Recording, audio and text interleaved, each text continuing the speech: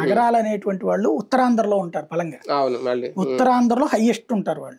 ఒక్కో నియోజకవర్గానికి 20-30 వేల మంది ఉంటారు. విశాఖపట్నంలో నగరాలు మంచి బలమైనటువంటి సెగ్మెంట్ అన్నమాట. విజయనగరం ఎక్కువ. అక్కడ వాళ్ళకి ఇక్కడ వచ్చి సెటిల్ అయిన వాళ్ళు నగరాలు వీళ్ళు వలస వచ్చి సెటిల్ అయినటువంటి వాళ్ళు. ఆ వర్గం ఇంకా ఎక్కడా లేదు పెద్దగా. కాబట్టి అక్కడికి అవనిగడ్డ అంటే కాపుని పెడితే కరెక్ట్ గాని అక్కడ ఇద్దరు కాపులే కదా. ఆ కాపుని తీసేసి నగరాలకు పెట్టి ఎందుకు చేయగాల్చుకుంటాడు జగన్? అసలు నాకు తెలిసి వైఎస్ఆర్ కాంగ్రెస్ పార్టీకి సీట్ల మార్పులు ఏం లేవు. వచ్చేవాళ్ళు ఎవరైనా సరే మీ భవిష్యత్తు చూస్తాను నేను.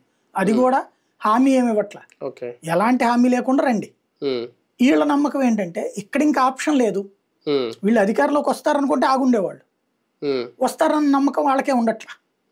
కాబట్టి అక్కడికి వెళ్తే ఏదో ఒకటి చూస్తాడు కదా అనేటువంటి నమ్మకంతో పోతున్నా. ఎన్నికల సమయంలో జనసేన ఒక మంచి నాయకుడిని వదులుకుందా అనుకోవచ్చా? మనం అనకూడదు, అది వ్యూహం. అది ఎందుకంటే ఆయన ఎందుకు అనాల్సి వస్తుందంటే ఆయన ఆయన బయటకు వచ్చిన తర్వాత మాట్లాడిన మాటలు జనసేనలో జరిగిన అరాచకాలు కానీ ఆయన చాలా చెప్పారు అనుకోండి, అమ్మాయిల గురించి కానీ ఇంకోటి చాలా విషయాలు బయట పెడుతున్నారు. మాట్లాడే మాటల వలన జనసేన ఎంత డ్యామేజ్ జరుగుతుందో చూడాలి. అదే అంటున్నాను.